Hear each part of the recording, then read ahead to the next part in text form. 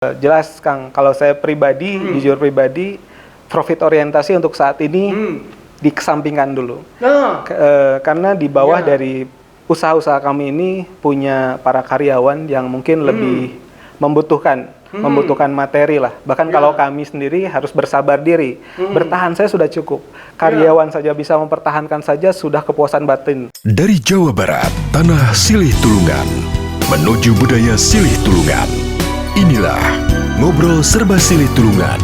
Hayu urang Silih Tulungan. Aduh, ini luar biasa. Assalamualaikum warahmatullahi wabarakatuh. Sampurasun. Selamat datang di Tatar Sunda, tempat tumbuh suburnya Silih Tulungan. Dan hanya disinilah Anda tetap berkiprah, jangan menyerah. Masalah berat menjadi ringan dengan Silih Tulungan. Silih Tulungan. Ya, wargi Silih Tulungan, seperti tadi sih udah openingnya ya. Dan di beberapa episode lalu, saya sudah menghadirkan tamu-tamu yang kompeten di bidangnya masing-masing. Ada dari pariwisata, ada dari gugus tugas, ada dari pelaku seni, ada dari pelaku ekonomi lainnya. Nah, episode kali ini saya juga menghadirkan tamu, ditemenin sama Kang Randy. Ya, Kang Randy. Kang Randy ini adalah seorang chef tadinya. Tetapi karena kegelisahan dan sebagainya ya, dia turun menjadi entrepreneur di bidang kuliner. Dan itu luar biasa prestasinya.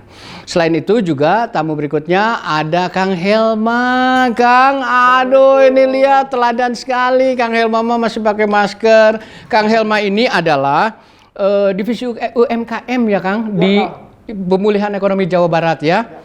Nah, luar biasa. Gimana ekonomi ini menjadi titik fokus dari penyelesaian di masa pandemi ini. Karena memang betul, ekonomi menjadi masalah utama bagi kebanyakan masyarakat di Jawa Barat dan di seluruh dunia lah pada umumnya ya. Dan untuk itu kita akan menggali inspirasi bagaimana para pelaku juga para pemangku kebijakan menerapkan silih tulungan sebagai alternatif solusi ya. Itu kan nilai luhur. Yuk kita tanya-tanya sebelumnya. Pertama kali kita tanya dulu sama Kang Helma. Kang Helma, UMKM ini sekarang lagi jadi primadona Kang. Ya. Karena dianggap ya, memang sih dalam ekonomi itu pemodal besar, pemodal kecil, semua terkena imbasnya Kang. Tetapi kenapa ada kecenderungan bahwa UMKM resilient ya? Apa maksudnya? Kuat gitu. Ya datanya kuat. Nah itu gimana Kang menurut Kang Helma Kang? Ya, atunun Kang Den. Memang di UMKM itu ya karena cara berpikirnya mereka kan mau nggak mau mereka harus hidup. Jadi mereka mah tanpa melibatkan pertolongan dari orang lain, mereka tetap harus hidup. Makanya mereka resilience-nya lebih kuat gitu. Dan ketergantungan mereka terhadap pihak lain sangat sedikit gitu. Karena dia membuat sendiri, menjual sendiri, mempromosikan sendiri. Itulah UMKM gitu ya, yang dikenal itu UMKM. Jadi dan modalnya juga relatif tidak terlalu besar kan? Tidak terlalu besar. Jadi oleh karena itu makanya mereka lebih resilience dibanding usaha-usaha besar lainnya. Karena mereka ketergantungannya sangat kecil gitu ya, mereka sangat lokal. Jadi kalaupun terganggu, mereka terganggunya tidak terlalu besar gitu. Kalau dalam situasi COVID ini mereka terganggu itu karena kondisi luarnya, di luar mereka. Kayak misalnya permintaannya menurun karena ada PSBB misalnya ya. Dan misalnya supply-nya terhambat atau delivery-nya terhambat gitu karena logistiknya terhambat. Jadi kondisi eksternalnya mereka sebetulnya yang terganggu. Kalau UMKM sendiri rata-rata tidak terganggu.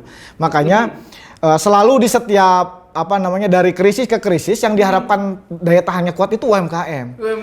Ya, tapi karena itu Kang Den, karena sekarang kondisinya semua terkena dampak, karena lingkungan luarnya terdampak, jadi akhirnya UMKM juga terdampak gitu.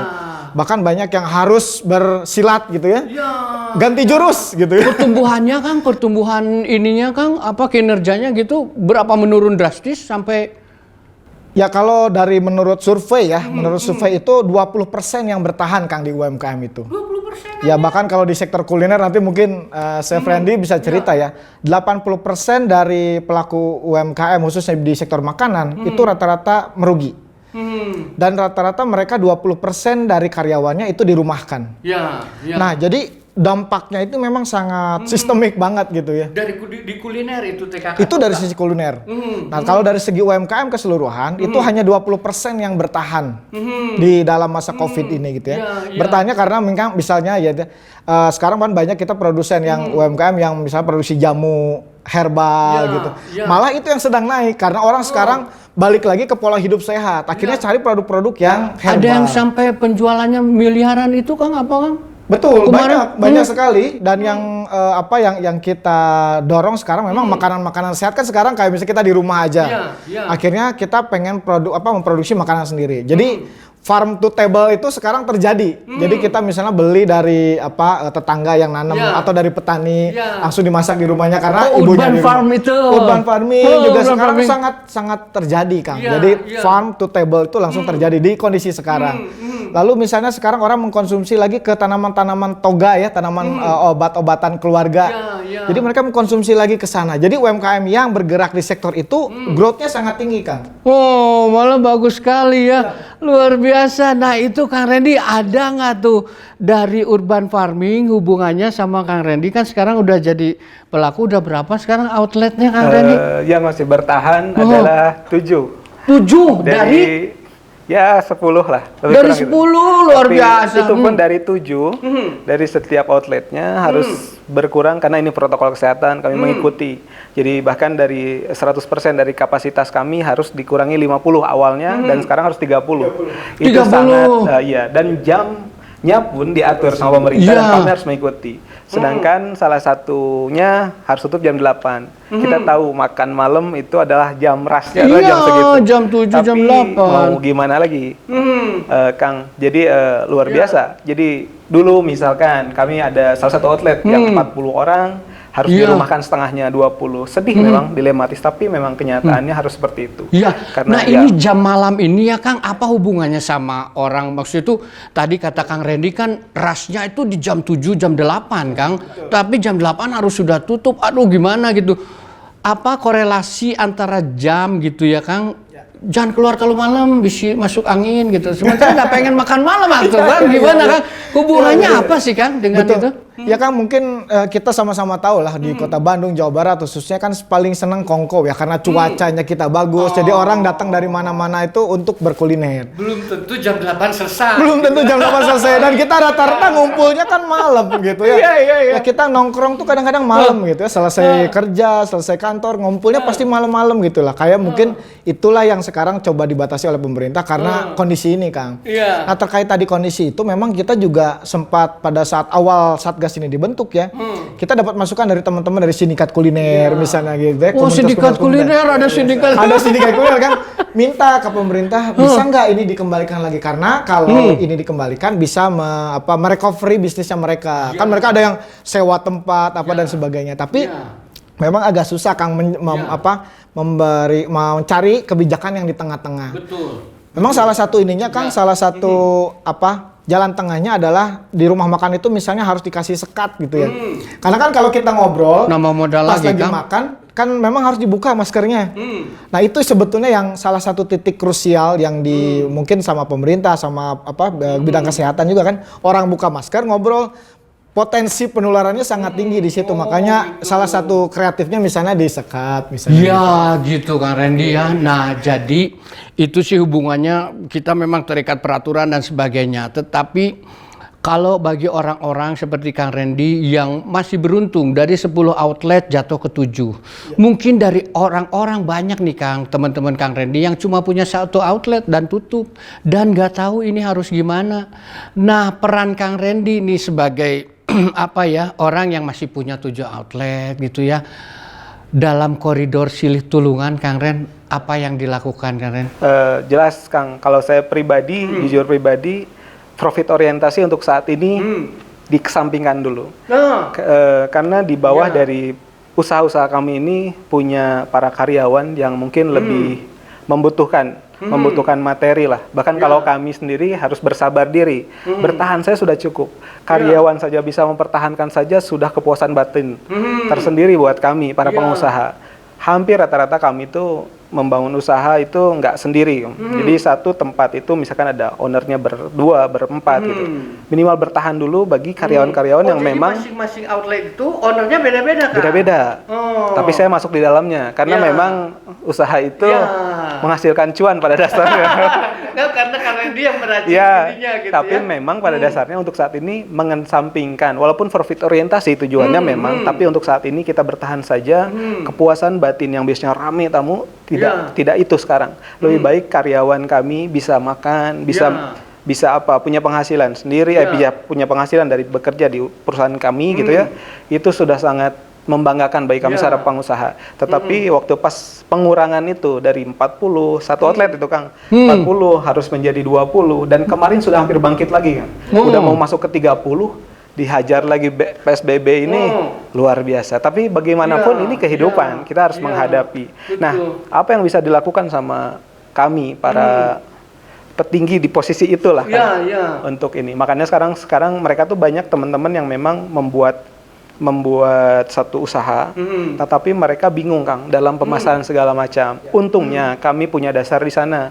Mungkin untuk produksi kami bisa dari saya pribadi untuk melatih mereka. Tapi setelah mereka memproduksi, mau dikemanain? Bingung Kang. Gitu. Saya ingin selain kami, mungkin kami juga punya nggak banyak waktu dalam hal ini, tapi kami akhirnya mencoba menyisihkan waktu untuk hal itu karena ada tanggung jawab kami juga. Jadi makanya kami punya tim marketing juga, branding untuk sok mana produknya dan kami bisa itu Kang Randy lakukan. Akhirnya harus ada kesana. bayarannya Kang? Karena nggak ada. Karena bagi kami untuk saat dulu mungkin profit orientasi ada nomor wahid buat saya. Gitu. Tapi sekarang membahagiakan orang udah tujuan utama buat saya. Jadi memang itu sudah dilakukan silih tulungan itu ya Kang. Dan Kang Randy pernah nggak menolong orang ya, aduh saya pengen usaha nih tapi kurang modal dan gimana ya ini gitu. Secara Kang Randy sudah capable di bidang kuliner gitu ya terutama. Nah, pernah nggak itu dilakukan Kang seorang atau karyawan yang tiba-tiba jadi bos sama Kang Randy mah gitu? Kalau boleh jujur curhat nih di sini ya saya sampaikan itu. Jadi saya memulai usaha itu di saat saya drop, tiba-tiba ada yang membantu, itu perasaan luar biasa. Dan sampai akhirnya Randy duduk di sini nih, diundang sama Kang Dani di sini luar biasa. Dan sekarang itu saya banyak memperlakukan hal itu, Kang. Jadi dari setiap usaha yang kami bangun itu, antum bisa apa? Misalkan di bidang marketing, oke ikutan, nggak ada modal, nggak jadi masalah, ikut dulu. Yang satu lagi bisa apa? Bisa meng-hire orang, misalkan bisa mengelola manusia lebih kurang gitu ya, human resource-nya. Oke, ini satu poin. Saya produksinya. Dan itu jujur nggak orangnya, Kang? Itu jujur nggak jujur, yang penting kita niatnya bantu. Nanti ya mudah-mudahan apa yang sudah saya lakukan, mereka juga jadi belajar bareng gitu, Kang. Yang tadinya nggak mau jujur, kumpulannya bareng-bareng orang jujur mah biasanya ikut, kan? Amin. Biasanya gitu. Luar biasa. Impian saya mah gitu aja. Yang penting hidup mah ya seperti ini. Kita mah jadi baik aja sudah. Biarin orang jahatin mah biasanya yang tetap kaya mah orang baik, yang tetap suksesnya orang baik. Gitu aja biasa. Yang dibohongin saat ini saya dibohongin, nggak jadi masalah. Tapi biasanya lebih bahagia dari sisi lain. Gitu aja, Kang. Saya punya satu pertanyaan ya, nanti kita nyambung lagi ke Kang Randy. Yang diklasifikasikan sebagai UMKM gitu Kang, itu tuh yang penghasilnya berapa Kang? Maksudnya kan apakah yang penghasilannya sehari kayak seberapa Kang? 15.000. Apakah itu yang dimaksud UMKM atau misalnya sehari berapa? Saya dapat 3 juta karena ada tukang bubur, tukang apa ya, sehari 3 juta Kang. Gitu dan nah, saya pengen tahu klasifikasi itu tuh berapa Kang atau apa yang membuat bahwa itu di labeli UMKM? Ya sebetulnya ini tuh beda-beda kayak misalnya United Nations dia punya standar sendiri. Internasional. Terus ya Kementerian UMKM kita punya standar sendiri. Nah contohnya Kementerian UMKM di Indonesia mereka mengklasifikasikan terhadap 4 ya. Ada usaha mikro, kecil, menengah dan besar. Nah kalau mikro itu ini diukurnya dari omset dan aset. Nah omsetnya misalnya kalau mikro itu dari 0 sampai 300 juta. Nah, itu yang tadi katakan tukang bubur, tukang gorengnya. Itu asetnya maksimal 50 juta. Misalnya dia punya motor kah atau punya tempat gerobak kah atau nah itu jadi asetnya dia. Lalu selanjutnya yang kecil itu antara tadi 300 juta sampai 2,5 miliar asetnya per tahun.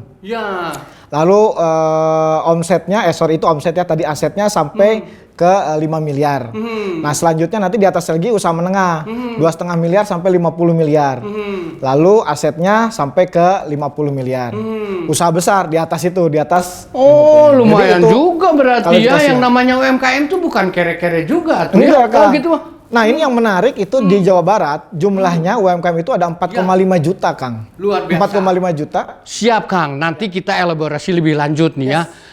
Ternyata nih ya wargi Sili Tulungan, yang namanya UMKM itu bukan berarti rakyat kecil jelata begitu. Enggak, itu mereka adalah orang-orang yang hebat, orang-orang yang luar biasa dan bisa menularkan nilai-nilai positif di masyarakat. Jadi jangan menyerah ya, tetap berkiprah.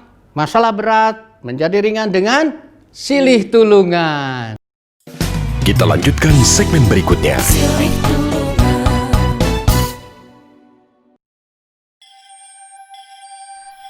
Utamana jalma kudu rea batur keur silih tulungan silih titipkeun nya diri budi akal lantaran ti pada jalma